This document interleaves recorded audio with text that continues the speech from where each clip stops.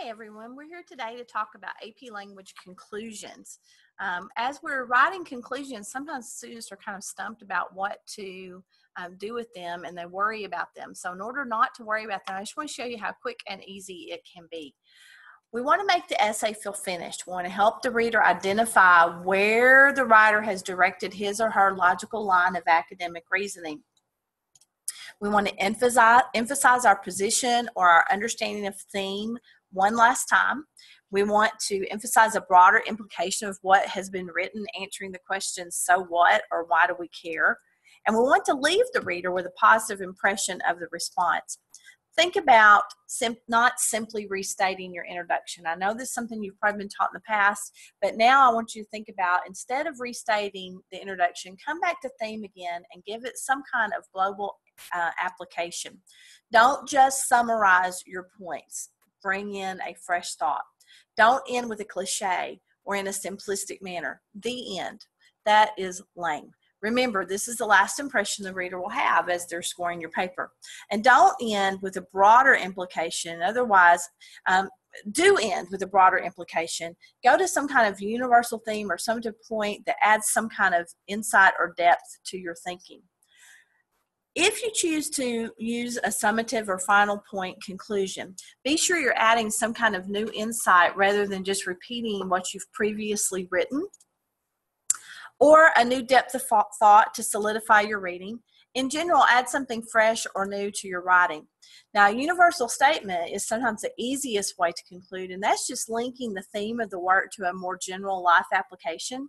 The connection you're able to make would be some kind of life lesson that could apply to any person at any time and any place.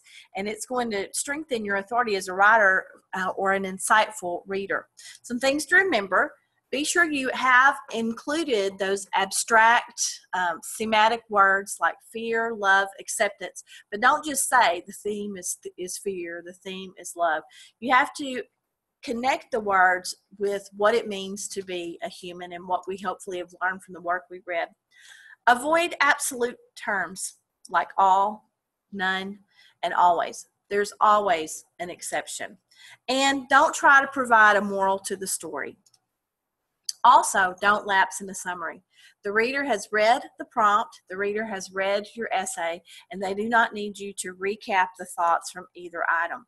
When we look at universal statements are just those abstract ideas like love or fear, and they're added to a comment or observation that addresses the human condition or some kind of life application. The question to always think about when writing these conclusions is, what do you think the speaker or author wants us, the reader, to think or feel or do in response to the work? Here's an example. This is from a student essay, and this is from a Richard Louv prompt that you've already seen. And this student concluded, Richard Louv, subtly proves that the disparity between humanity and nature is an issue that affects all of us. In order to preserve the golden days of our youth, we must close the gap. Louv effectively proves that the separation is, in a word, unnatural and needs remedy. Luckily, the remedy is not unattainable. Rather, it begins with our own decisions. And there is truth for everyone in those statements the student has made. We do have a disparity between humanity and nature at this time, partly because of our addiction to electronics. So this is a truth that makes sense. Another student was much more simplistic in their conclusion, but still made total sense. For even through a simple car ride, nature can call out to us and allow us to see who we truly are. And we live in a state that embraces our natural state, and so we all probably do have more of a connection to nature in our classroom. However, not all students do, but we also know the value of nature in our day-to-day lives, and the student addresses that. Another prompt from 2014 was a letter written by Abigail Adams, and the prompt said, in the following letter, Abigail Adams writes to her son, John Quincy Adams, who is traveling abroad with his father, John Adams, a United States diplomat and later the country's second president. Read the letter carefully, then in a well-developed essay, analyze the rhetorical strategies Adams uses to advise her son. Support your analysis with specific references to the text.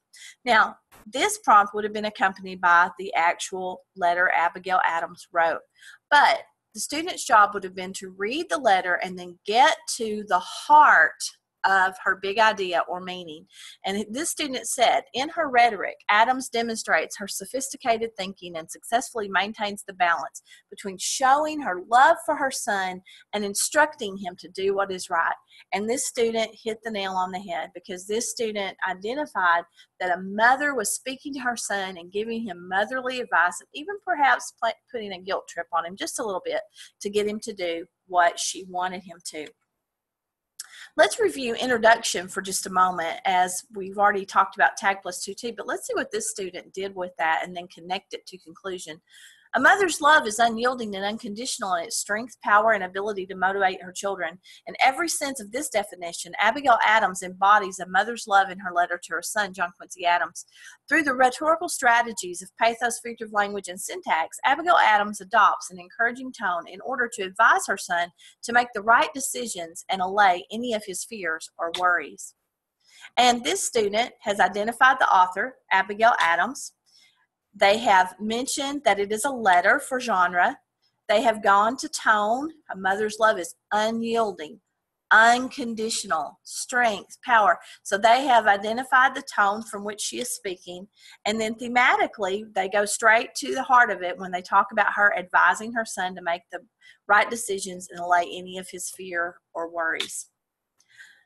This student concluded their essay on the same letter by saying, no one can know for sure if Adams' letter achieved her purpose and successfully encouraged her son to bring honor to his family and people, but close inspection of Adams' writing shows how successful rhetorical strategies often can be crucial in the craftsmanship of great and persuasive writing.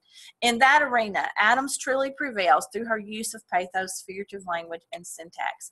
And this student actually addresses her big idea again, that she was encouraging her son to bring honor to his family and his people.